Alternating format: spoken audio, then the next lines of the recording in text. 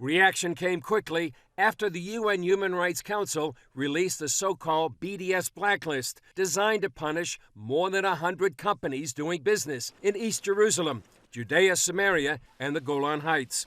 Israel froze ties with the council's leader, accusing the office of serving the BDS campaign. United States Senator Tom Cotton accused the council of persecuting Israel while protecting the world's worst tyrants, calling on it to investigate the crimes of its own members instead of obsessing over the Jewish state.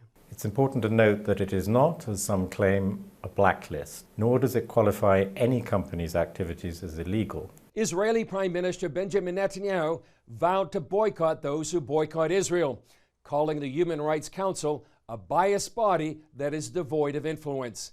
His political rival, Benny Gantz, also condemned the publication, calling it a dark day for human rights. They were working on this, they held it back, and now, after a peace plan is launched, they go ahead and do that. Shame on the Human Rights Council. Palestinian Authority vowed to use the list to drive the companies out and demand compensation. Ironically, any resulting boycotts would likely hurt Palestinians the most.